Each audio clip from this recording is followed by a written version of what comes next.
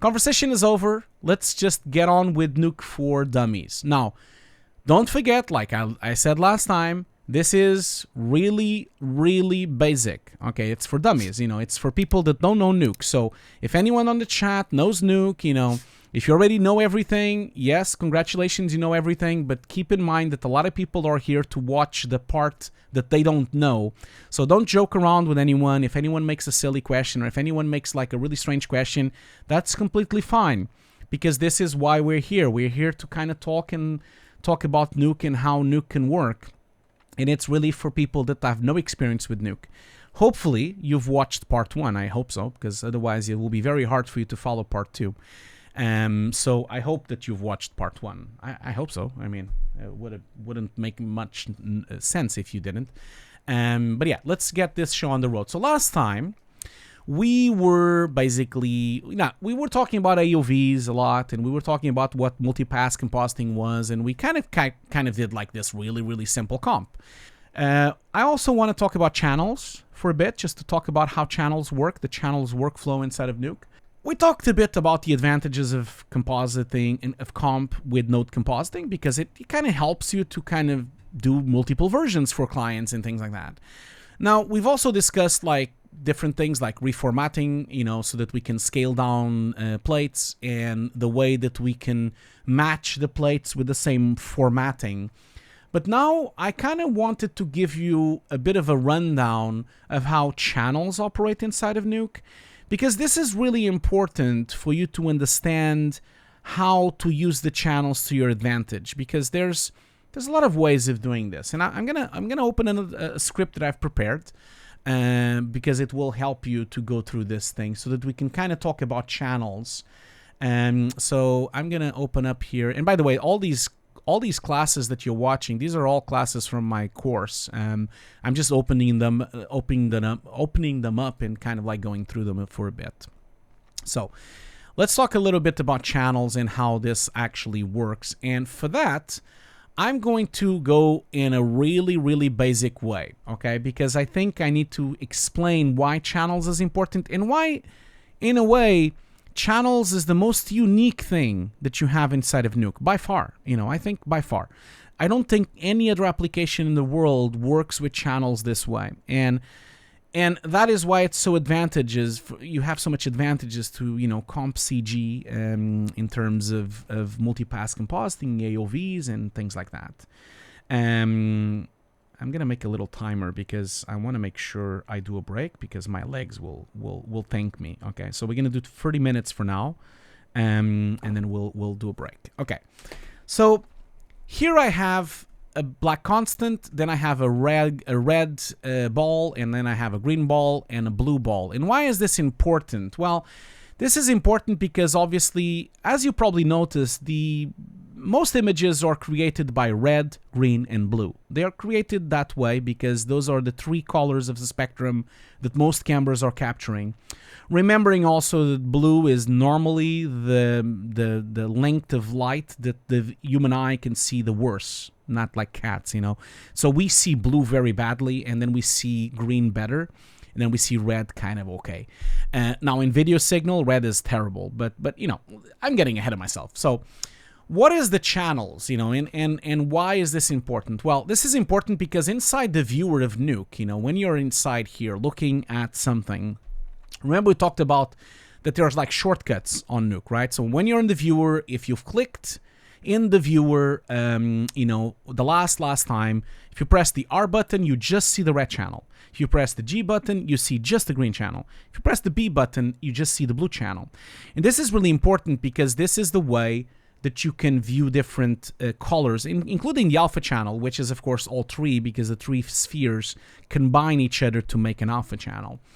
Now, this is all to do with this menu here on the top. So on the top here, I'm going to try to zoom in so you can see it a bit better.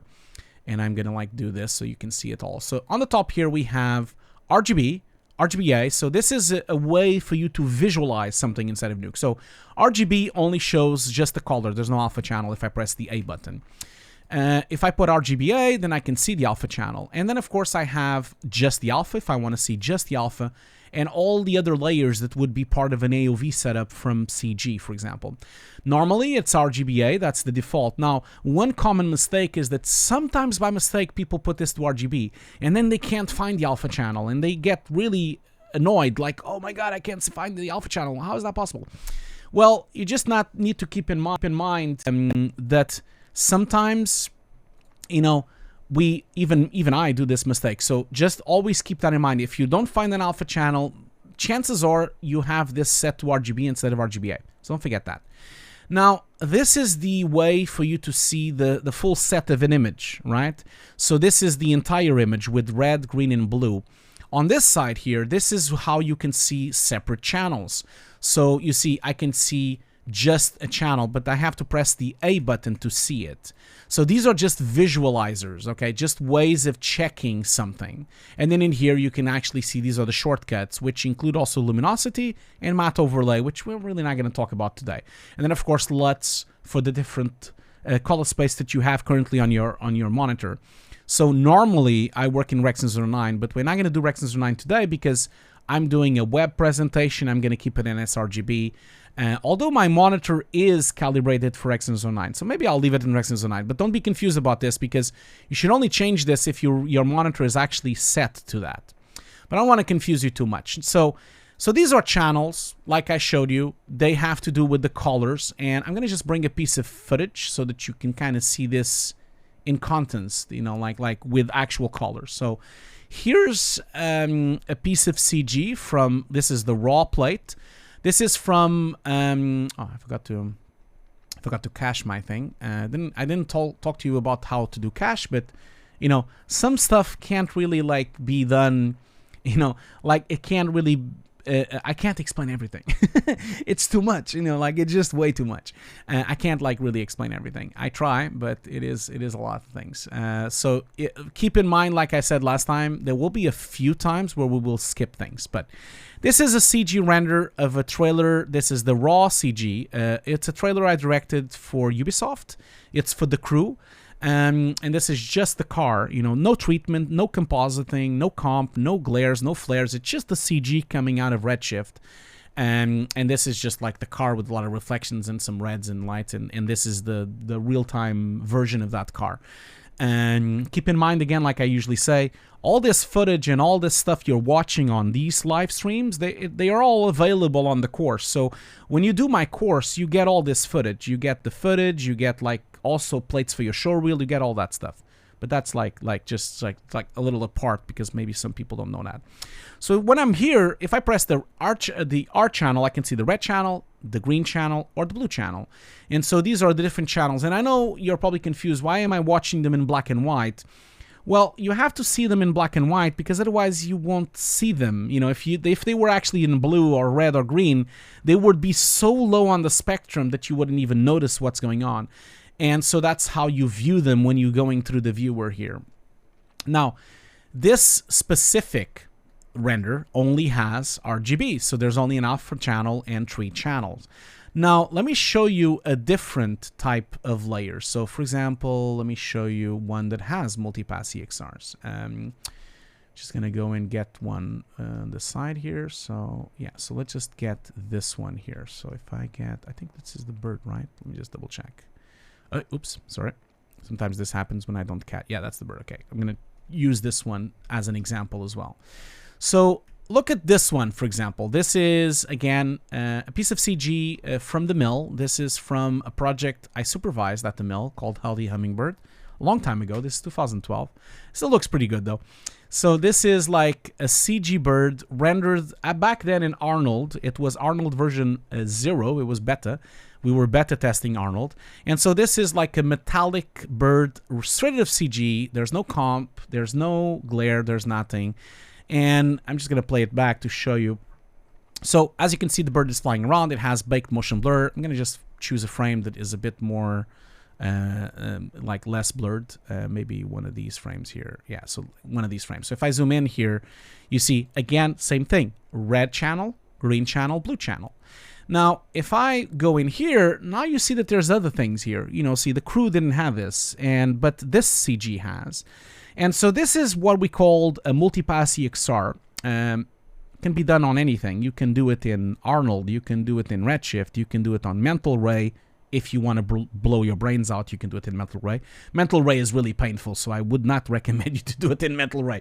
But anyway, if you want to, you could do it in Mental Ray, I guess, if you really, really want to, like, kill yourself.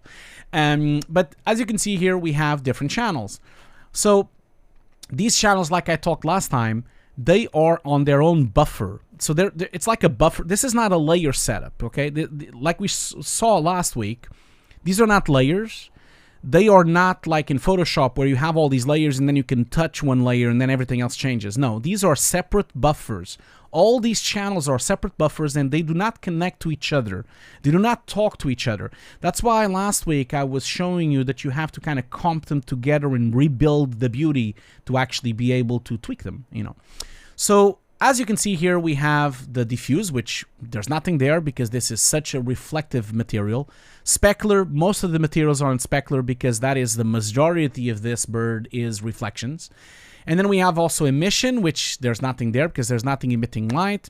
We have indirect diffuse, which is very, very hard to see. If I would gamma, you would see it. Indirect specular, which is the bounce GI of the scene. Then you have reflections, a couple of them. We have refraction, which is the glass material and the eyes. And then scattering that doesn't exist. The reason why we have empty buffers, empty channels, is because obviously when we comp or we render all these shots of a production, we render them all the same way, you know, and then kind of like some channels might not be there because maybe there's not a person on this shot, or maybe there's a person on the other shot. So we don't go in each shot and remove them because you don't lose anything with these extra channels. They're black, you know, there's no information on them. So these are the different channels. Now, to make it even more like, to like show you this in a bit more detail, let me just go and pick up another shot here just so you can see it. So let's see here. I want 40, CG, 18, and this would be that one. So we've seen this monster before. And so this monster here, which I'm going to light up so you can see it. Same deal here. We have a red channel, green channel, blue channel. And then, of course, all of them. And again, same thing here. We have the global illumination, which is the bounce light of the environment. We have the subsurface scattering, which is just the skin. Sorry, this is not in color.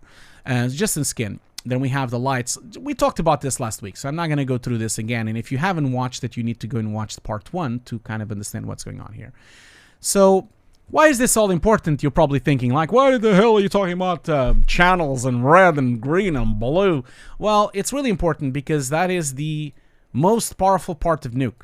It's the channels. Now, what do you do with this? Because remember we talked about last week that if I go in here and get a grade node and set the grade node to subsurface scattering and make the subsurface scattering less, like, or brighter, like let's say that we make it twice as bright by putting 2 on the subsurface scattering.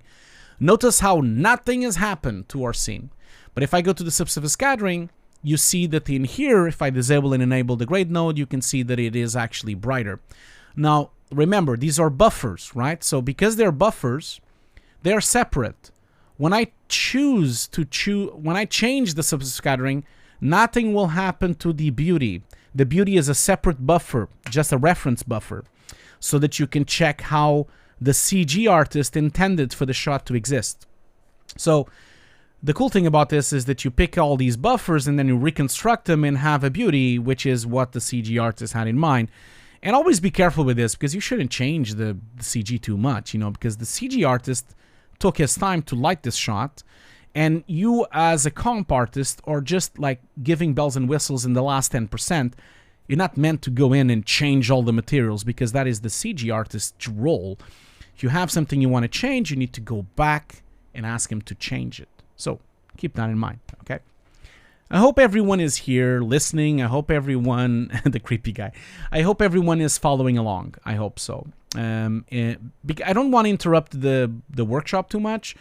But if everyone is following, if everything is fine, if I'm going too fast or if I'm going too slow, just let me know on the chat and I'll keep an eye on it and kind of I will look into it, okay?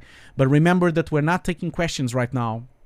You know, like I am basically going to do the questions at the break. Like I said, I want to make sure all the people that hated the stream last time don't hate this stream. I know it's full of me trying to make everyone happy, but that's just my nature. I want everyone to be happy, and I feel like that is the only way we're going to move forward is if everyone becomes less toxic on the internet. Obviously, it's a pipe dream. It will never happen, but I'm going to try. Anyway, I'm going to try. Okay, so this is very, very raw and very, very basic stuff. Keeping that in mind, okay? Okay, so people are kind of like saying that it's all going well, so I'm happy. They're asking when the giveaway starts. The next giveaway will not start until at least 20 minutes from now. So please come back in 20 minutes if you want to watch the giveaway, or stick around and just listen to us in the background.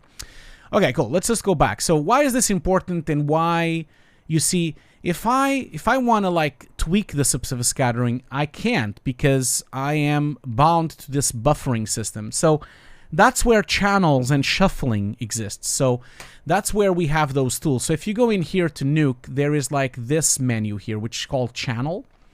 And if you open it up, you have these weird nodes that no one really knows what they are because they don't exist on any other application. So you have shuffle, which is a way of you shuffling buffers and channels around. Just like the word says, it's shuffling it around. Then we have the copy, which is to basically copy a channel from one place to another place. If you need to, for example, very important when you want to copy alpha channels to another place, or if you want to like, that is really important when you want to try to do those kind of things. Then, of course, you have channel merge, which allows you to kind of like merge two different channels. If, for example, if you're doing a key, if you have a lot of alpha channels, you can merge them. For example, a key from the key light and maybe one from the primat and one from the keyer. Then you can merge them all together. You can, of course, add new channels to have containers for the buffers. And you can remove them completely if you don't want these black channels or black buffers. You can just get rid of them. Keep in mind, though, if you remove a channel, it will not be removed completely. It will stay there until you restart the script again. And if you go upstream, it will be back. So, because nothing is destructive in Nuke. So this is, you know, why this is important. So let's go back to this thing. So most important node here to talk about is the shuffle. Now, keep in mind the shuffle is very different from the old one. So I'm going to open up the old one just to show you. So this is the old shuffle. This is the new shuffle. Okay, I'm going to just like set this to default. So this was the old shuffle that everyone hated. I kind of liked it, but you know, everyone hated. Everyone hates everything now. So this was the old shuffle. The really reason I'm explaining this and I'm showing you this is because if you open up a script before Nuke 12 in Nuke 11, you'll see this shuffle on the left side. If you open up a script after Nuke 12, you'll see the shuffle on the right side. I think it's Nuke 12 or Nuke 11, maybe one of them. Doesn't matter. I got a little bit of water. So please disregard this shuffle, because obviously we're not going to talk about it today, because it's like old now. It's not relevant. If you want to know more about this shuffle, there are many videos on YouTube about it, and also, you know, on my course, I talk about both of them, so you can kind of learn both. It's important for people to know both, so we're not going to talk about that one. What we're going to talk about is the actual shuffle that I'm talking about, which is on this menu here, shuffle. So why is this important and why does this matter? Well, the reason this matters is because, as you can see on the shuffle here, this is the way for you to move a buffer from one channel to another channel. Because remember, we have layers, which are these. These are the layers. And then we have the channels. So each layer or buffer, like I was saying, you know, going back to, I know this is confusing, so keep in mind. Try my best, okay? So keep in mind that each of these are a layer. So we have the GI layer. We have the subsurface scattering layer. They are also called buffers. I would call them buffers, but think about them as layers, I guess. And then inside of each of them, you have the actual, you know, the actual channels of each of these layers. So the subsurface scattering has a red, the green, and the blue. The diffuse has a red, a green, and a blue. So each layer or buffer has its own 3 channels, or 4 with an alpha. So you might have red, green, blue, and alpha. So if you want to shuffle them around, if I go here back to my beautiful spheres, which are on RGB, you see, if you look at the shuffling here, it's nothing more than just the piping, really. So you see, these are little pipes. I'm going to just zoom in here. We have all these pipes here, which we can kind of like, the way this works is that you can, I'm going to zoom in quite close so that you can kind of see. So if you want to pipe a color to a color, you just double click on one of the, for example, the red. You double click on it and it pipes it directly to the red. If you double click on the green, it pipes directly to the green. You double click on the blue or the A, and that just pipes it together. Now, if you want to unpipe it, you just need to drag it out, you know, completely. If you want to pipe it completely, you can like do networking, you know. So for example, red can go to the green, or green can go to the red, or blue can go to the alpha, or alpha can go to the blue, if you want to really mess with someone's life. But you see, these are little pipes. I guess some of you that maybe know Maya, or maybe you know Houdini, they'll probably know these kind of things. It's really, really like basic stuff, of course. But that's why this is called Nuke for Dummies, right? So basically in here, we basically have this dynamic where we have an input layer, which is what's coming into the pipe. This is basically whatever is coming into the stream of the node. So incoming into the node and then outputting from the node. So if you look at the node itself, you know, so if I look at the node, what you would consider, you know, inputting, sorry, I'm just going to zoom in here so that you can kind of see it a bit better. So you see, when you look at this node here, you see we have an input, which is a B pipe, which exactly on the shuffle, it says here in B, which is whatever comes from the B pipe, which is the connector to the shuffle node. Output would be the back one here, the one that goes down. That's the output layer, right? So you have the B in and the out. Obviously, you also can change it to A if you had 2 things. We'll talk about the 2 things in a second. This is not important right now. So I'm going to pipe it back in here. So as you can see, as soon as I pipe the B, you automatically have another one. And that's the A, because the shuffle node allows you to pipe and copy from other renders and other read nodes, not just from one, okay? So let me, for example, do this. Imagine that I'm going to just put this to default. By the way, if you want to put to default, you just right-click over the gray area of any node, and you have set a keyframe on everything, set it to default, revert, you know, no animation. You have a bunch of things here. One thing I forgot to mention last time is that whenever you want to know something, I did mention this. If you leave the mouse over something, it explains what it does. So if I leave the mouse here, it tells you exactly what this node does. So everything in Nuke, by just leaving the mouse, it tells you what that does. If you leave the mouse here, it tells you what that. We talked about this last week. But there's one thing I didn't talk about last week, which was the help file. So if you click on the little little button here, just on the little corner here, there's like a little integration mark here. You can then have access to the help file. I know you're probably thinking like, oh, Hugo, I don't need a help file because I know everything. Well, you don't really know everything because the help file of Nuke is really powerful. Now, if you press on it, so the help file in Nuke is really powerful. It actually is online, so you need an internet connection to read it, but it has everything, like literally everything. You can search, it tells you exactly what everything does. It's very, very, very complete, to a point that sometimes it's too complete.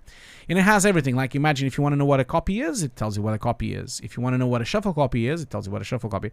And this happens on anything in Nuke. So if I now go back to Nuke here, and let's say that I want to know more about the grade node, I press this little button here. In here, it says what the grade node is. It shows the shortcuts to the grade node. It tells you exactly what input here. I know this is really dry reading. It's really boring, but it explains everything. And to a point that if you drag and go all the way down, there's even like some tutorials. They're not very good, but you know, they're okay. So if you click on here, it tells you how to do white balance, you know. One thing I would say though, if you want like this book, the one we're gonna give away today, it actually has a lot of this stuff, you know. It goes through all the nodes as well. It's a really nice book. I like it. Like, I mean, I don't need it anymore because I know Nuke inside out. I mean, I've been using Nuke for like 15 years.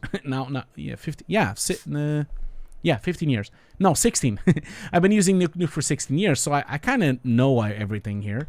I mean, I think I've been using Nuke for more time than most people on this audience, I think. Not saying I'm the oldest Nuke art user, of course, by far, because people have been using Nuke since 99 or something.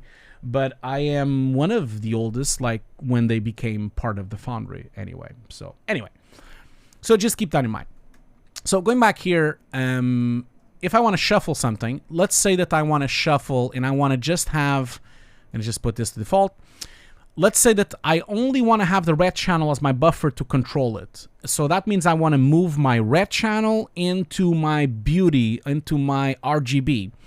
So the way you would do this would be you basically would pipe it to all the same channels. So now the red channel is alive on all the different channels, for example. You can do this by piping it like I did here. Or you can also just right-click here and actually choose an actual channel that you want to go to that side. So obviously this becomes a bit confusing because I'm just showing you, you know, different spheres. But this would be the same thing if I would now say, for example, let's say that I want the green to be on every channel, for example. So let's say that we do this, and we do this, and now and now we have every channel on the green, for example. So now we only have the green channel. And remember, now they become white. They became white because I'm now doubling up channels. That's why. So I'll go back to this in a second. I want to show you in the actual image, this one here. So remember, we were trying to grade the subsurface scattering. So how do I actually go around and do that? So I would have, for me to do that, I would have to go in, get a shuffle node. So I would go in here and get a shuffle node. And on my shuffle node, default is RGB to RGB. So remember, B comes in through the pipe into the node and outputs something. So I have a beauty, which is incoming, and I have a beauty that is outcoming. So that's why the node, if I disable it, nothing has happened because it's not doing anything. Now, if I open up this list, let's say that I want the subsurface scattering to be my actual beauty. So in this case, the only thing I need to do, sorry, I will click on the wrong one. The only thing I need to do is to go in here to my list and see, okay, so SSS is the list, is the actual channel I want to use.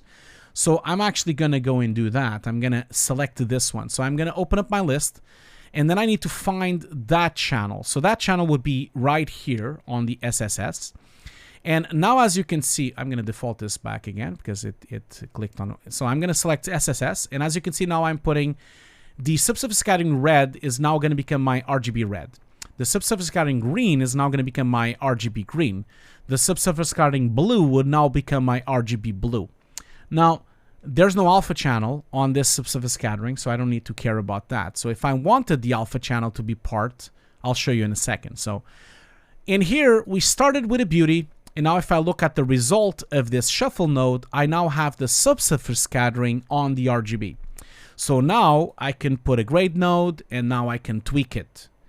And remember, if I now go back to my buffer, the buffer is still unchanged. So I'm only shuffling it to another buffer. I'm shuffling it to the RGB, which means that the original buffer is still there. I really hope everyone is still with me. I know this is confusing. I know it is. It is a bit like tricky, I'm pretty sure.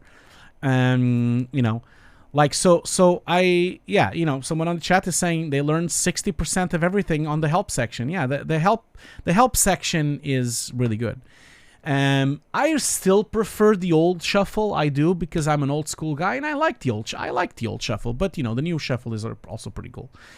Now, so okay, we seen this, right? So why is this like cool and everything? So the important thing about this, the channels are so important, is because of this. Like, if you go in here, let me show you what I mean. So notice here, for example, that I have this car. So this car here, let's say for a moment that I want to light up and glow the lamps on the front. So let's say that I want to have a glow here. Now, obviously my CG artist was very kind to do a cryptomat for that light. So in here you can see that my cryptomat is actually having a red channel, a green channel, and a blue channel.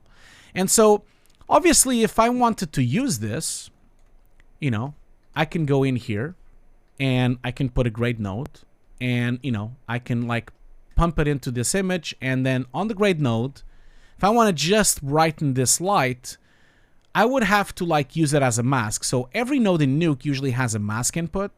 So if you plug in the mask input into this object ID, I mean, this is called an object ID.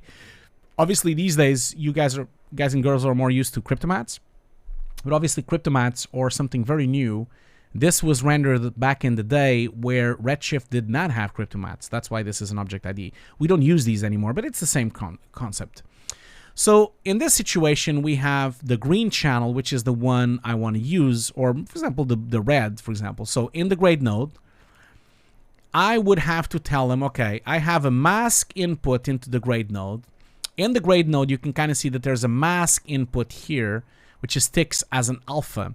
If I open this up, I can choose which I want to use as a mask. So remember, the green was the one I was after because that's the lamp. So I'm going to open this up and say RGB green, okay? And so now if I look at my color corrector, if I open it up, if I now brighten this up, you can see that I'm now lighting up just the lamp, nothing else. And obviously, I can use this to light it up. I can use this to kind of like do glows if I wanted to. I can pinpoint this thing.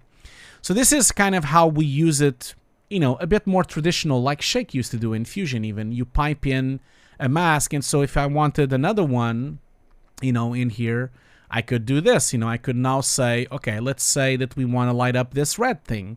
So I'm going to now choose the RGB red.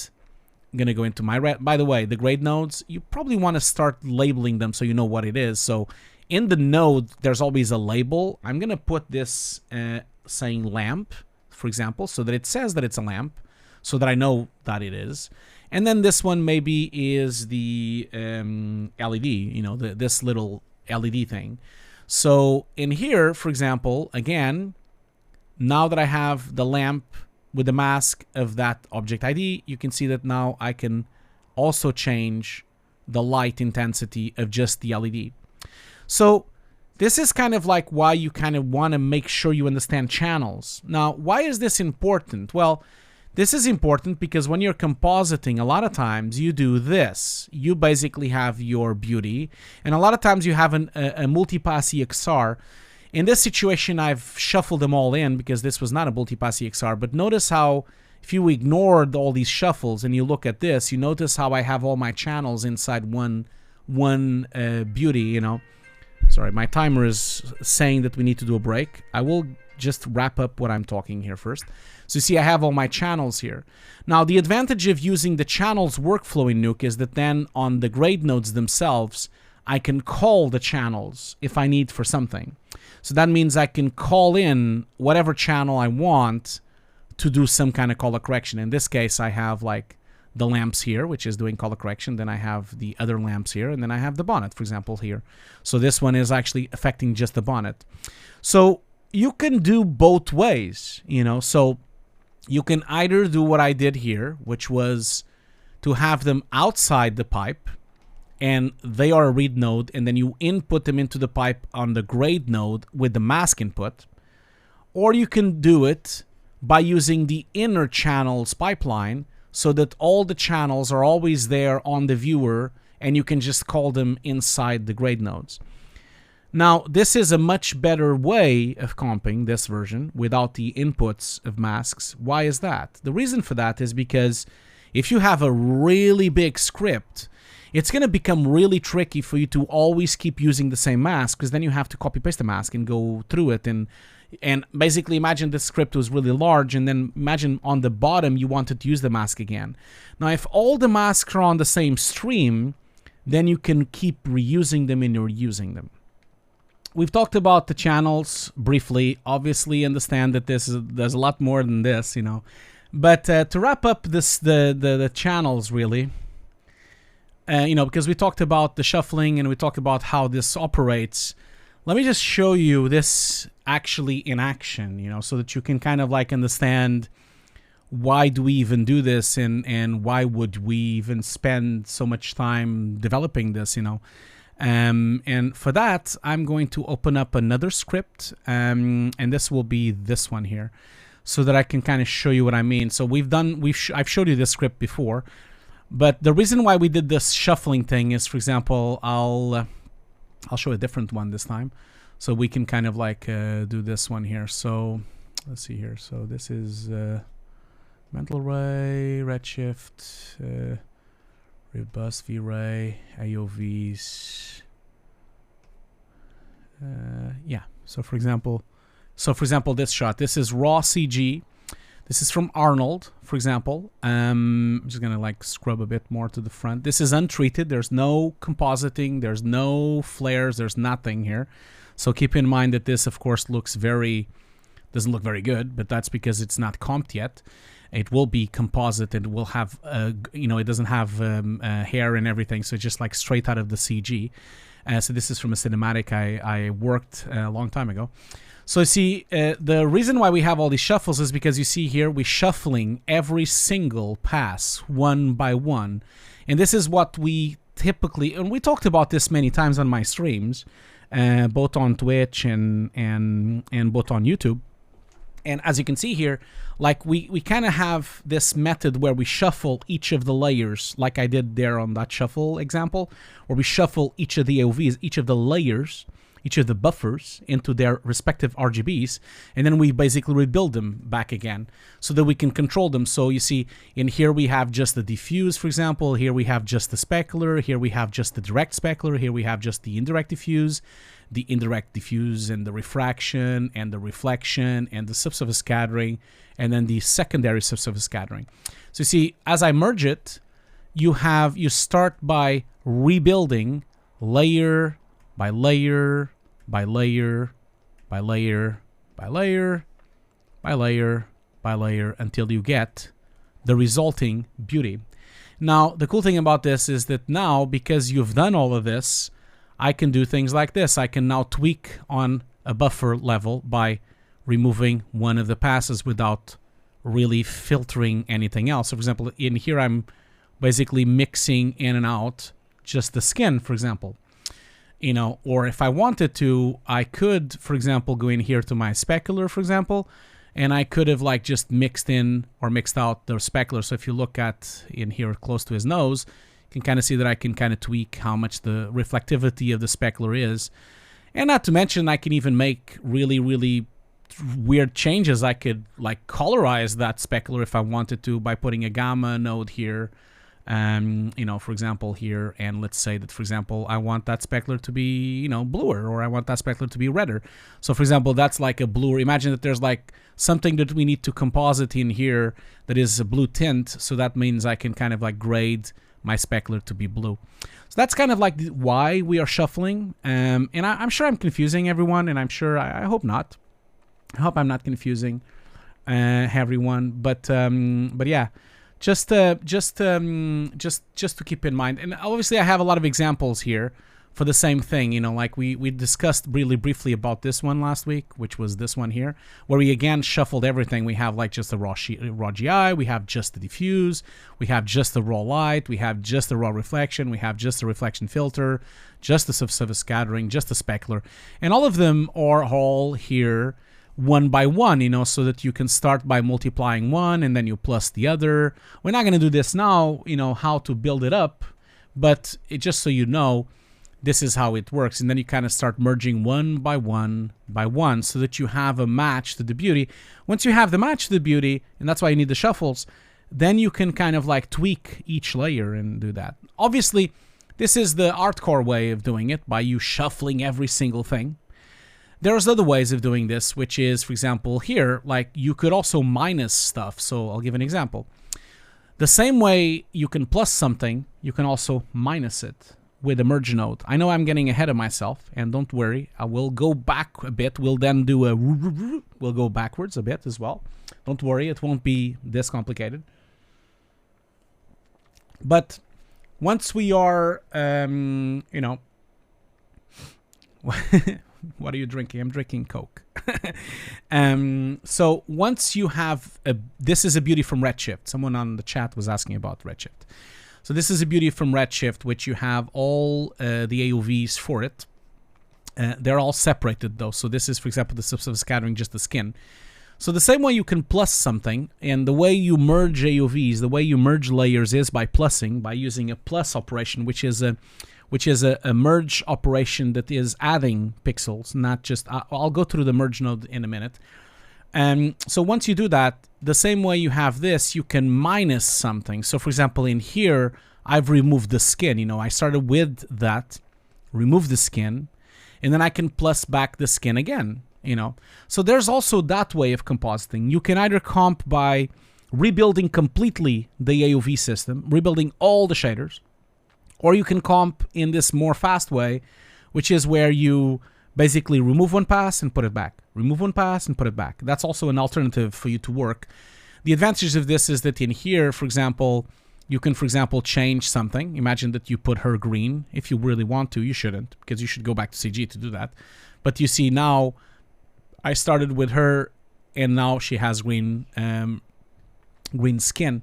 So there's a lot of ways of doing this. The same way that I have now here, for example, this is the bounce and the specular. I can also minus the specular. I can also minus the reflections, for example, tweak the reflections and put them back, and then put them back again. So it is possible for you to do a lot of drastic changes to the CG. I know this looks a bit ridiculous. She looks like the She-Hulk. But there are ways of you doing drastic changes by just doing a few nodes and not having to rebuild the entire system. Obviously, this is a can of worms, because obviously this purple hair should be reflected and the green skin should be reflected. So it is a can of worms. You shouldn't really do these kind of like changes. If you're gonna do these kind of changes, you should really consider perhaps going back to CG and actually, you know, changing the materials and changing the shaders and actually doing those kind of things. So keep that in mind. Keep that in mind. And I'm hoping I'm not confusing you too much. I'm hoping that this is not, you know, I hope you're all with me. So okay, so now we've discussed, you know, channels briefly, of course.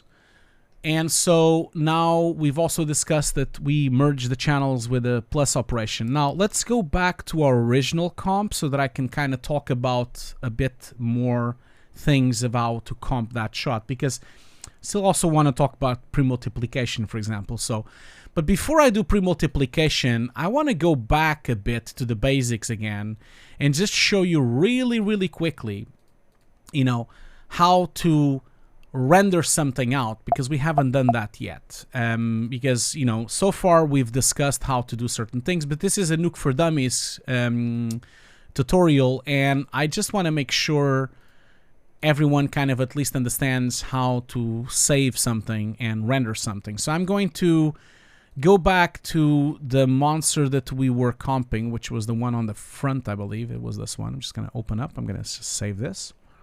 So remember last time we did this amazing comp. It wasn't an amazing comp. I'm joking around. So this is just like a really, really rough comp. It's what we call a pre-comp. It's just A over B, okay? So this is the comp we have. Remember when we comped this, we were discussing that this was just an A over B because the merge node is just A over B.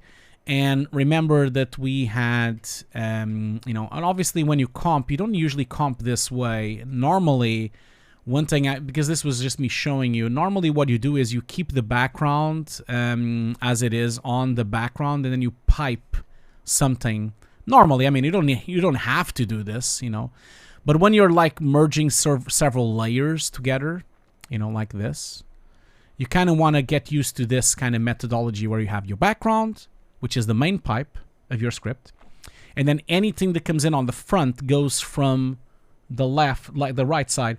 Reason is right side is because normally, you know, sorry, I'm just getting confused now. So you see, when you put up the merge node here directly, you see the B pipe is already here. So it is kind of like usual that you either put the A pipe like that, or you can put it also on this side. Always, obviously, be aware that this side has a mask input, so you might want to keep that free. And also this one has an A2, but I never use the extra inputs of the merge node because you want to control layer by layer. So I normally comp like this. I have my background, then I start putting things into my pipe, merging it. So this would be our comp. So, which is him like scaring the bejesus out of that guy with the flashlight. So let me just leave it on this side here. Okay, so how do you render this? Remember last time we talked about when I press the S button, which is the properties of my script. So on the properties, I've already kind of locked off the kind of like frame range, you know. The read node, like the actual CG, has 1001 by 1160. So that's the range of my comp. I'm going to change this to 24 frames per second. That's the actual that's the actual frame rate of my comp. And so I already established that that's my comp. It's locked range so that when you bring in new stuff, it doesn't change the frame range anymore. And it's locked to 2.5K. It's 24 frames per second. So if you want to save this, we already discussed how to save it. It's already like, I'm going to just do a version up. So I'm going to just do comp new version. So this is now version 2. And now if you want to save this as a sequence or as a QuickTime, you need to use something called the write node. The same way we have the read node, we have the write node. Not the write with an R, it's the write with W. So you can go to the write node by going into this menu here by pressing write or pressing the W button. So I'm going to just place the write node here, and then you can plug it in. Now, the write node is pretty self-explanatory, but there's a couple of little things that you want to consider before you start using it. First of all, when you plug it in, nothing is happening. You need to give it a file destination where you want to save it. So I'm going to press the little button here. I'm going to go into my desktop to just render it on my desktop. Now, inside my desktop, I'm going to make a new folder. It's going to be called render. Obviously, you need to render it wherever you feel comfortable where it should be rendered. And then this is really important. When you're rendering it, I normally always use the same name of the file, so of the script. So you see that script, the script here is called Nuke4Dummies Oak Lake Monster Comp 2. And so I'm going to use the same thing, okay? So I'm going to just press save. On my right node, I'm going to go to the browser, going to go to that folder, and then when I'm saving it, I'm going to call it exactly the same name, just because it's better for you to keep, sorry, just zooming in this wrong. It's better for you to keep the name of the file matching the script, because that way you know how to go backwards and actually tweak that script if you need to. So in this case, it's Nuke4Dummies _ Oak Lake Monster _ comp _ version 2. The only difference here would be that in here, instead of .nk, I will put another underscore, and then I need to choose what the extension is. Now, keep in mind this. If I just put .move, you know, if I put like .move, that will make a QuickTime. Normally, in the industry, we don't do a QuickTime. Normally, we do a file sequence. And so if you want to do a file sequence, you can't just say you want an EXR, or you can't just say a JPEG. You know, you can't do that, because if you do this, if you just put .jpeg, it will just do one frame. It won't do a sequence. So you actually need to tell him that this is a sequence, okay? For you to tell him what this is a sequence, you actually have to give him you know, an actual range of values that you want. So remember, this script starts at 1001, so it's 4 digits, the frame rate, the frame range that we have. So I'm going to put 4 digits on my hashtag. I'm going to put 4 hashtags, and then I'm going to put a dot, and then I'm going to put whatever file format I want to use. In this case, because I'm rendering this to maybe send it to DaVinci, or maybe to send it to a colorist, or maybe to finish it somewhere else, and because EXR is a lossless format, it doesn't lose any quality, I'm going to do the name of the file, hashtag dot hash hash hash hash for 4 digits, and then .exr. Is that understood? I hope so. Once I do that, like, I'm going to press save, and automatically it knows that it's an EXR, and you see it filled in all the other settings, so you can see that it's only rendering RGB. Remember, the EXRs have the ability to render all the buffers, so you could, if you wanted to, render all the AOVs if you wanted to, but I'm not doing that. I'm just doing RGB. I'm not even rendering an alpha channel. And then in here we have some choices. You can leave it at 16-bit or 32 if you really want to. Not necessary, since this is not this CG is done in 16, and also the footage is only 16 as well. It's not even 16. It's the old Blackmagic camera. I think it's only 12 or something. So, and then in the compression level, you have kind of a lot of compressions. I don't want to like spend too much time on this because there's a lot of documentation out there about this, but basically what happens here is the two first ones, which are the most typical ones, are zipping the file itself, not the image, okay? So the image is flawless. It has no problem. So if you put none, the EXR will be humongous. There's no compression. So your EXR will be very big, but there will be no compression, which means the EXR will be large, but it will be the fastest to read if you have a fast hard drive because it will have no decompression and compression when it's reading and writing. If you use zip 1, which is the most typical one, it zips just the EXR after the fact, so it doesn't compress the image. Now, there's other ones here, but the most common ones really are like a lot of people use DWAA and DWAB. These are DreamWorks formats, and basically what they do is they allow you to put compression on EXR like a JPEG, but keeping dynamic range. And I know I'm confusing some people, but this is a really clever way of you doing proxy renders. You know, they shouldn't be used. This format shouldn't be used for delivery. It should only be used for proxy or for pre-comp. But these are also really good. I'm going to go with zip 1 just for safety and just for simplicity. Once you're happy with your naming convention, happy with your file format, I know that for those of you that have never used Nuke before, and those of you that are used to After Effects and Photoshop, you're probably thinking, wow, this is really complicated, right? It is complicated because you see the reason why Nuke is complicated is because Nuke is so customizable. Everything is so tweakable.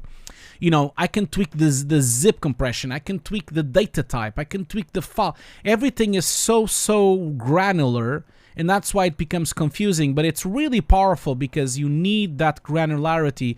You need that extra options if you're going to use it in production. That's the thing, you know.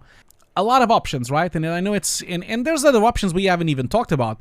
You can also, like, render stereo sets. So you have a 3D stereo, right, left, eye as well. You can even have... You can do EXR 1.1, EXR 2.2. You know, you can do all these kind of things on this setting. We're not doing that now. So now that I'm happy, I'm going to press render. Now, once the render thing opens, it has a lot of options. You can either do the global, which is the settings of your project. You can do input, which is going to render the frames that is connected to the pipe. I'm going to do global. Or, of course, you can do viewers, you can do custom, you can do all those things. You can also do, you know, render frame server if you have it set it up. So that means it will render on multiple instances of Nuke in your script. So if you have that set up, it will use multiple nukes to render the scene. You can even set it up to render it on the farm if you want to. And that's it really. Like, I'm now going to press OK, and it's now going to render this scene. So now it's going to render frame by frame. It's basically going to go through the script. Now, while it's rendering, notice how it actually tells you information of what's happening on the render. Notice how the nodes blink, especially if I go back a bit. You see that they blink? The way that they blink is because Nuke is like telling you which operations is being done at this stage. And also the blinking is really useful because then you can see what is taking longer. So if you see something blinking a lot, that means that's the most heavy part of your script. So this gives you a lot of information and know-how of how a script operates, okay?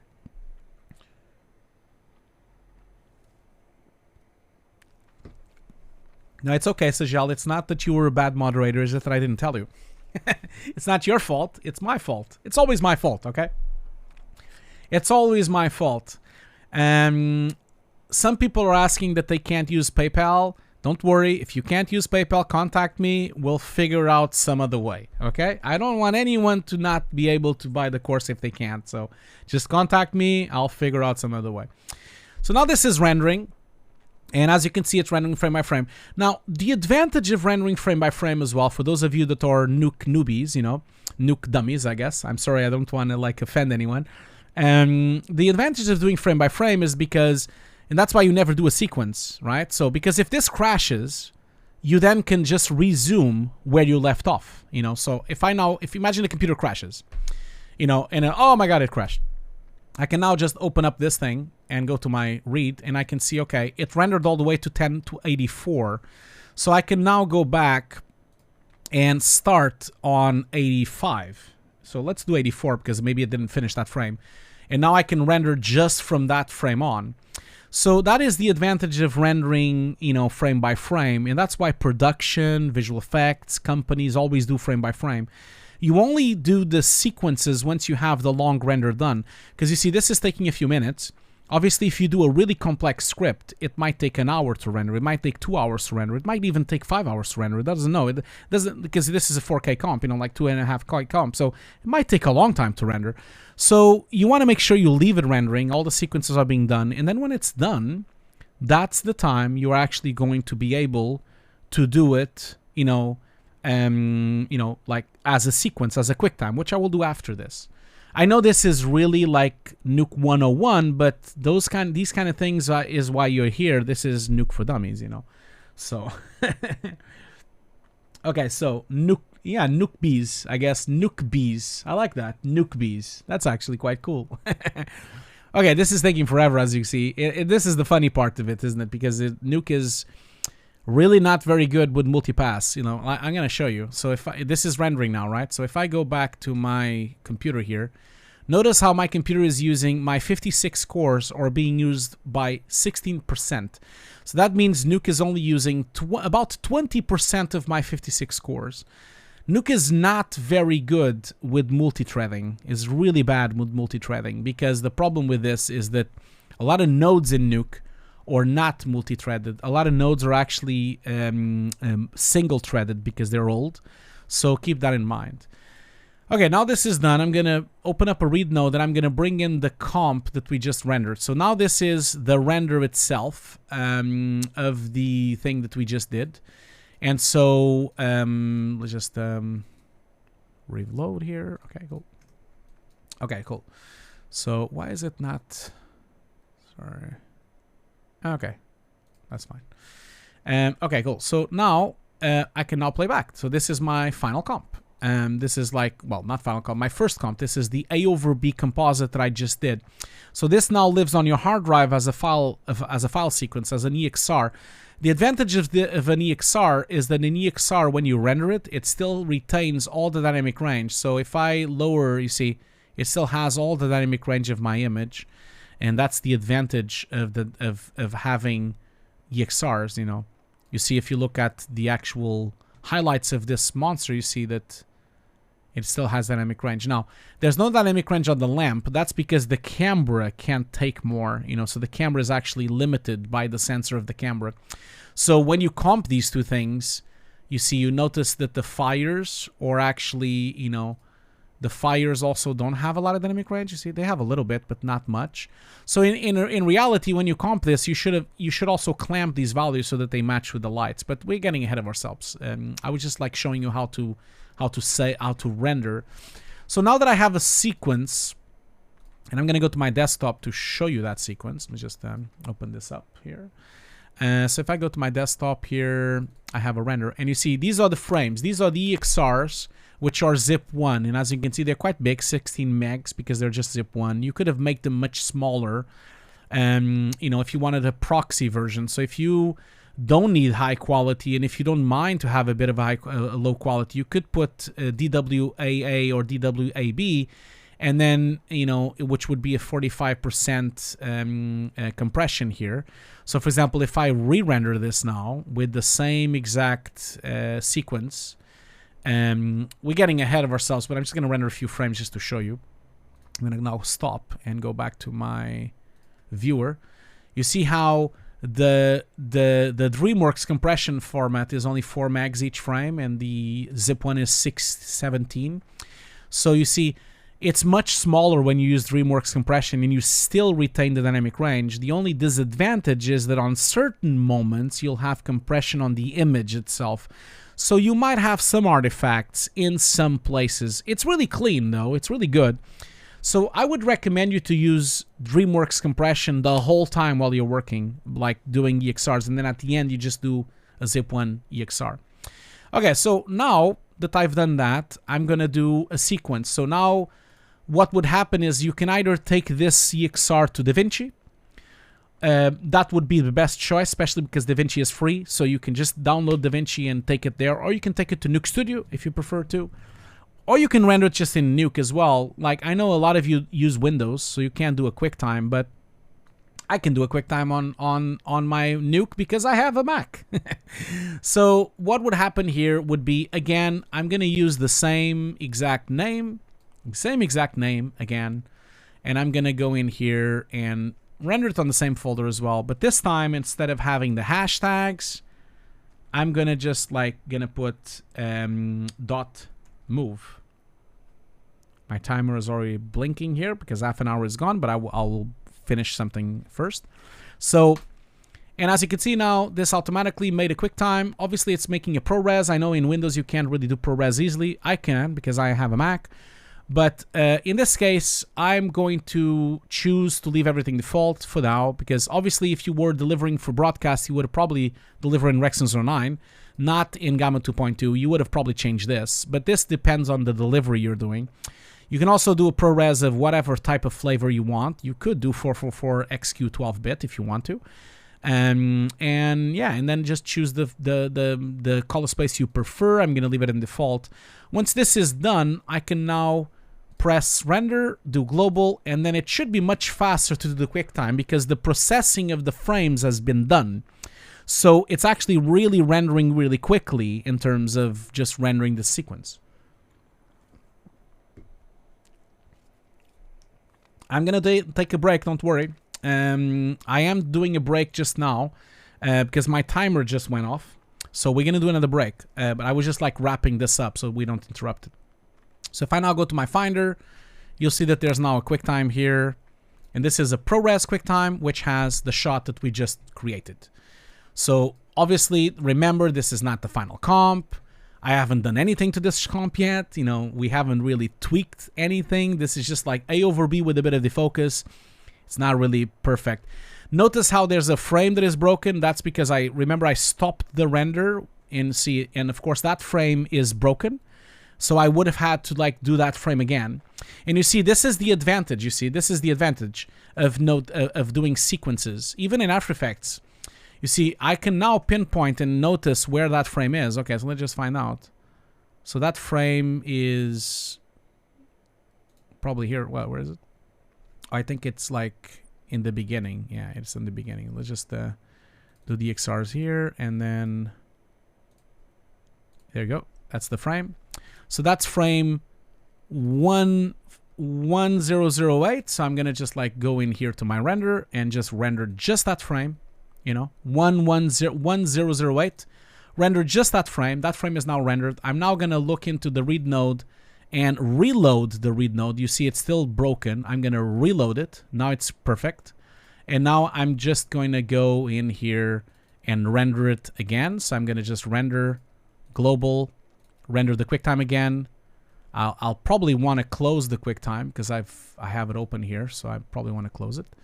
So once this is rendered, okay, cool. Once this is rendered, I can now go in here and open the QuickTime, and now it should not have that frame. So you see, this is the advantage of broken frames. You see, imagine if your farm breaks a frame, if something happens, you can just render just one frame and then continue. That's the advantage of using file sequences. Now, obviously, this is just not even scratching the surface. Obviously, we haven't talked about DPXs. We haven't talked about ACEs. We haven't talked about TIFFs. We haven't talked about EXRs. I mean, this is Nuke for Dummies. I'm just showing you certain parts. I am expecting you to do a Nuke course with someone, you know. If you want, you can join my course. Very welcome for you to join my course. It's 150 classes. You'll learn a lot more than this. But there's also other courses out there. You can also learn with the great master Steve Wright. He's amazing. He teaches a lot of Nuke Basic. You can also learn with Victor Perez. Victor Perez also teaches really good Nuke as well on his course. You know, so there's people out there which can help you. FXPhD also has some nice Nuke courses as well for you to learn these kind of things. So keep that in mind, that this is just scratching the surface. You need to kind of go deeper to learn all these things. So now you've learned how to comp something really simple, A over B. We've rendered as an EXR, and then we brought in the EXR, and then we made a QuickTime out of it. So that's kind of where we are right now. Now let's start talking a bit about how we merge things when we have multiple layers in CG or in footage or in everything. Don't worry, I am going to come back to this comp a bit later. What I want to do really is to comp this comp as a little small workshop. Most likely will be next week then, I guess, because I won't have the time to do it today. But that was my plan. My plan was to comp this shot here. You see, I have these fellas, these lovely fellas here. And then I actually have the comp here. Where's the comp? Yeah, so this is the shot that most likely we will wrap up this Nuke for Dummies thing. This is, by the way, not comped by me. I'm not getting any credits for this. This was composited. It was done by my students at Campus I-12. They were the ones that rendered this CG, composite this shot, and this is the final version that they've achieved. This is the final comp that we've delivered for the trailer. Obviously, there's one thing missing though here, which is the sorry, I forgot about that. The 245 aspect ratio, which is this one here. So that's the final delivery that we did. So this is the shot that we did back then, which I really want to kind of like go through it a little bit because it has a little bit of everything. It has a little bit of roto, and it has a little bit of CG, and it has a little bit of like defocusing, a little bit of depth of field. It's a relatively simple shot, and I think it's going to be a nice little exercise for us to kind of like work our way through the Nuke for Dummies thing, because then, you know, because this shot requires a bit of merging, it requires a bit of depth of field, a bit of grading, so it still holds up quite nicely. I think it's a really well achieved composite that my students made.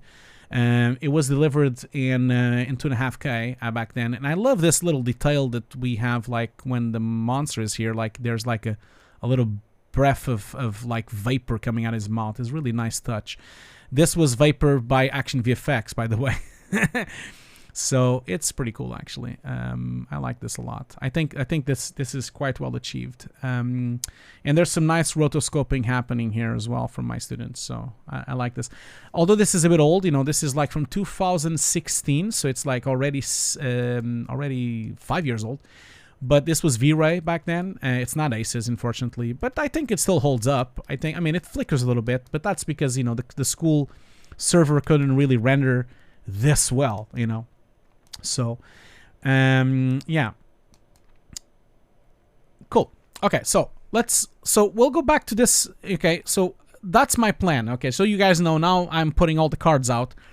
I want to kind of comp this shot in relation to the Nuke for Dummies because I think it has a little bit of everything.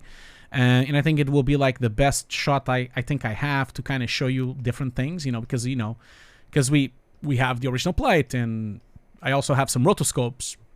You know, these are rotoscopes already pre-made, of course, by my students. And of course we have like, you know, object IDs, and we have like some CG torches as well.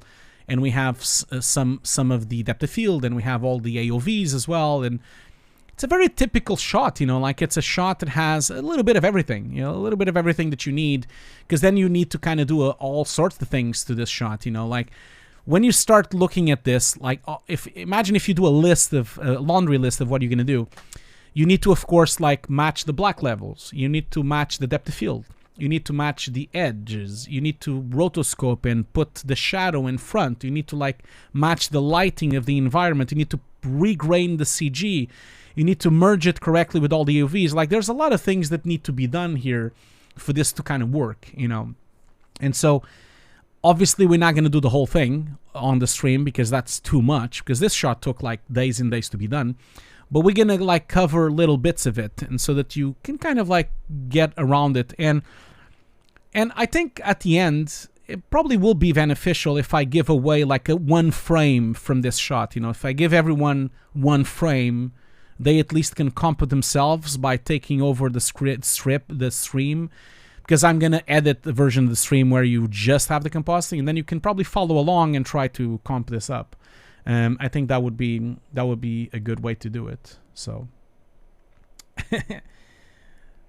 damn, I'm getting tired. I can already feel like I'm getting tired. You know, like I told you this last week. Like when I do like 3 hours, I start to have like blurry vision, start to get a bit tired. It's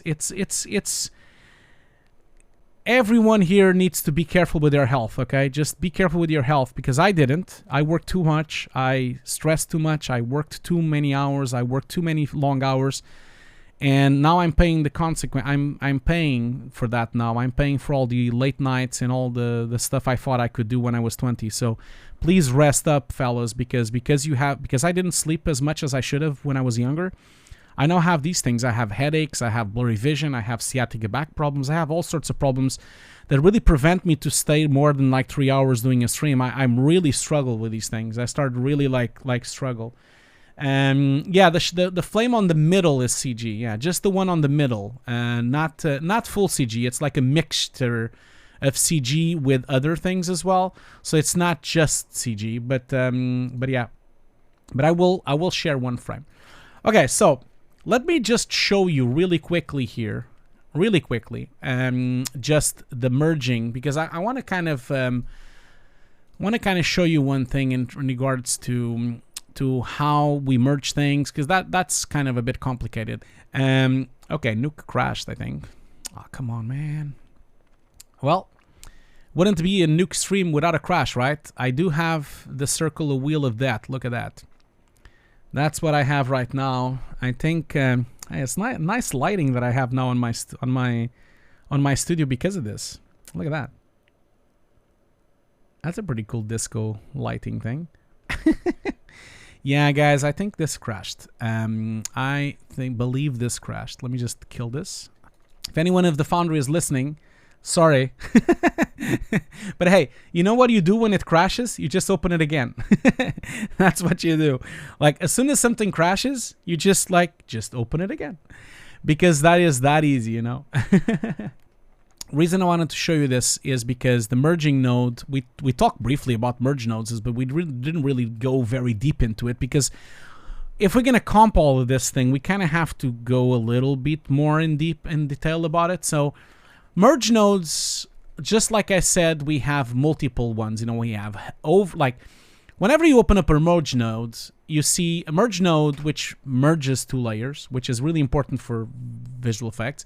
It has these kind of operations, and if you leave the mouse here, you can kind of see that the operations, which I know is not very big on the screen, but I hope it's big enough. I hope you can read it, but the whole point of this is that you have operations with mathematical equations, you know, A plus B, A minus A minus B, A plus B minus 2AB. These are kind of like the little mathematical equations of when you merge something. Either you merge it A over B, or you merge it as a plus, as you merge it as an additive, a bit like Photoshop, and also like After Effects. You know, you have these kind of blending. I would say that this is what After Effects calls blending modes. And so these are what Nuke calls operations, but they are literally blending modes. So the most common of them all, of course, is the over, which is A over B, like we've been doing. And as you can see here, I have a green circle, a red circle. If I merge it, you see A over B, like I just said.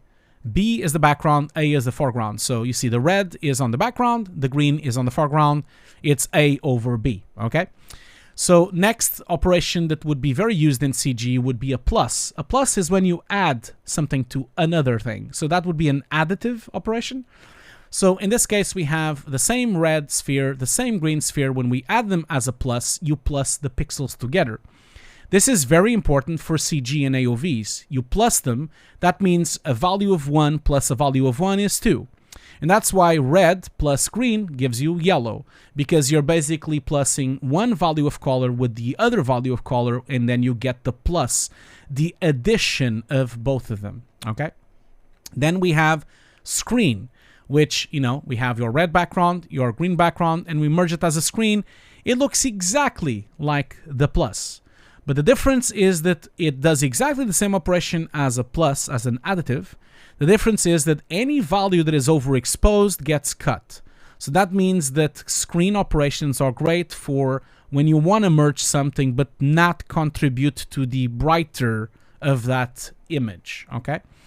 So, and this is actually even more easy to find out when you look in here. So, I don't know if you noticed, but Nuke has this kind of like sampler that is always on. So as soon as I have my mouse over here, do you notice down here, there's like a red, green, and blue value. I'm going to zoom in so that you can kind of see it. So you see, notice here, I have a value of 1, I have a value of 1, I have a value of 1. And notice how whenever I'm overing the mouse here, I have values. This is, of course, more easy to notice when you look at an actual image. So let's, for example, look at this image here. For example, this one here, where I'm merging two things, you see? So as I move the mouse over, you see in this pixel is 0, 1. That pixel is 0, 2. I have the values, the individual red, green, and blue values. And remember, when I'm doing an additive, or I'm doing a screen, or I'm doing a multiply, or I'm doing a minus, that's the minus or plus or screen operation that will happen to a specific pixel, okay? We'll get back to this, don't worry. It's not as complicated as you think. So let's go back to the screen operation. Then, of course, we have a stencil. Stencil is very simple, you know, basically B without the alpha being, with the alpha being cut. So it's B under brackets 1 minus A, which is the alpha. So we have a radial red, a radial green. A stencil would look like that. Basically, I'm stenciling the green layer by the red. That's another operation you can do inside of Nuke. There's a lot more than these, but this is just like the typical stuff. Under would be A inside brackets 1 minus B plus B. So in this case, we have the red, we have the green, and if you put under, obviously now, although the red is in the background pipe, because I've done an under, although it's on the background pipe, it becomes under that other file. So that's one way of doing it. XOR would be A under bracket 1 minus B plus B under bracket 1 minus A. So that means that we have the red circle, the green circle, and if we do an an XOR, we get the red cut by the green, and what's left is the black in the middle of the connecting of the both layers, okay? So that's another thing as well. An A stop, AB plus B with 1 minus alpha. So that means we have the red channel on the back, green channel on the other side. If I do an A top, I get this. I basically get the green on top of the red, but cut by the alpha of the red, which is exactly what you see here. It's A over B, but remember that the B is using the alpha to cut the A. So that's why you see it this way. All these operations are really, really very useful for keying, rotoscoping, compositing CG, you know, all those kind of things. Someone is asking on the chat if answers will be yeah, we'll still have one more Q&A, okay? And then we'll have the last giveaway, don't worry. We have about another 15 minutes to go, and then we'll do that. Just so you know, we have about 15 minutes to go. An average, just like the name says, it would average both layers. So we have red and green. If you average them, you get an average of both of them comped, which means they go down in lighting because they're being average. And then, of course, an in, where we have red, green, and in is like that. So basically, it's in of itself, A, B. A difference, where we have the red, the green, and if I do a difference, it looks like a screen, but it's a difference between the two of them. A multiply, I have the alpha channel and then the other alpha channel, and if I multiply them both, I get both of them multiplied. I mean, this is really just simple stuff, but I'm going to show you really quickly A over B with an over.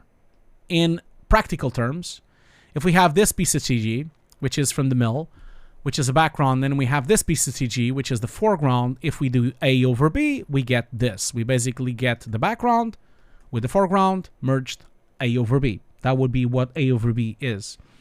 Same goes for the screen operation.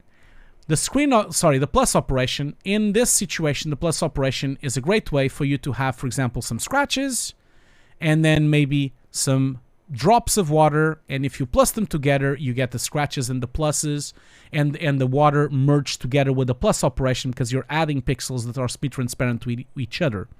This is one example of something that you can do. Okay?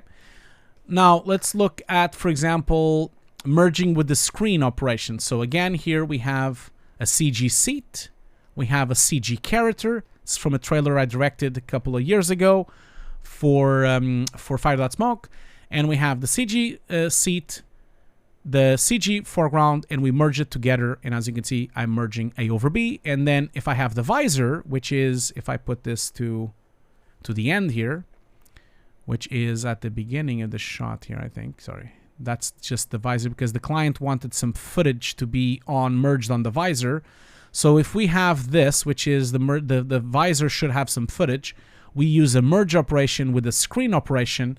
And as you notice, the screen operation kind of uses the semi-transparency of the layer to merge it on top, which is really handy for you to do a comp like this, because on this one, the idea would be that we go from the gameplay of Vive Valkyrie into the CG trailer. That is a screen operation for merging, for example, this shot. This, of course, is not comped, and there's no depth of field, and there's a lot of things missing here. Anyway, let's continue here. Again, stencil. Imagine this is the background, this is the foreground. If I stencil it together, of course, I get like a mask, a cut on the background. That's a stencil operation, like the word says when you're doing stenciling with things like that. This is an under, so imagine you have her, she's there. This is the background. If I put under, she's now outside the window because she's under. She shouldn't be there, of course, because that's the wrong perspective, but that's how an under would work. An A top would be like this, which is really strange. We would have a cut of the CG and so forth and so much. Like, I mean, this is just like a really, really rudimentary showing of how the merge node operates. Obviously, it goes much more complicated than this. And why is this important when you're merging all these layers? Because, for example, if you look at the way merge nodes works, you see, here's, for example, an example. Let me just remove all these color correctors here. So the merge node does have multiple inputs. It is possible to do this, you see. And this would give you, I'm comping this background, comping the environment, comping the princess, comping the sofa, comping the shoes. And if I merge all of it together, I get the comp. I get every layer together. But the problem with this, of doing A over B, A3, A1, A5, is that, first of all, I can't change the operation per layer. And also it becomes really clumsy. If I want to start putting color correctors on everything, I start to get like this kind of spider web of comping. Now, normally when you're composite, this is kind of how I would prefer you to comp. Not saying you need to do it this way, but this would be the more ideal way of compositing for you to be organized. I would highly recommend you, to start from the back of the comp and then work your way into the front of the comp, okay? This means that I start with my sky, which is the furthest thing on the background, and then I start merging A over B. I start merging the background first, and then I go to my next merge node. I then merge the princess. I'm going to just disable these things. I then can merge. I'm going to just disable all these things that I have here. I then merge the princess. I then merge the shoes. And then I merge the sofa. So this is not what we saw before, because you saw that comp that I showed you was just a monster, maybe a torch, and then the plate. That was it. But this has a lot more layers. And the reason why they're separated is because you want to have total control of them. Like you could make her bigger if you want to, or you could color correct one of them, or you could color correct another layer. And also the advantage of this is that when you're comping, you can focus your attention. This is why compositing in Nuke is so useful for compositing, because you can kind of like set your attention to just this background, for example, and work your way through the background and making a lot of things on it. And then you can work just on her, for example, if you wanted to, and just do things to the actual CG of the character. Or you can work on just the shoes and just work your way through these shoes, which have an alpha channel, or just work through the bed. If you don't want to make any changes, of course, that's also fine. And that would give you something like this. You would now I'm going to put it full screen. I'm just going to like put this to input, and I'm going to play it back. And so this is now the composite. Never mind the first frame, because there's like a glitch on the render. Doesn't matter. This is a production plate from the mill. So as you can see now, this is of course slower now because I'm compositing several layers together. I'm merging sky with background, with foreground, and more foregrounds. So you see, I'm sure I'm confusing you, but you see how many different things we've now talked about. You can have layers which are AOVs of each of the speculars, subsurface scattering, and dynamic, like all these things can be comped, but then you also have layer by layer where you separate things. Now, obviously, not all comps need to be separated like this. if you do deep compositing, you don't even need to separate it, but it doesn't, like, I'm just like showing you the different things you have, okay? We'll be back next week with more compositing. On next week, I still want to talk about the pre-multiplication rules, glows and color corrections, and then once that's done, I kind of want to, maybe it will still be 2 more streams. We'll see. We'll see how it goes. Like if I need 2 streams, I'll do 2 streams. So because I really want to like do a little small workshop, and maybe what I will do is maybe I'll do that one in Twitch. I don't know. Like I'll keep you guys all posted. But the whole point of this would be that at some point, I want to go through this entire comp because I want to kind of show you all the progress of doing all of this layer by layer, using rotos, using like merging and kind of like putting stuff in.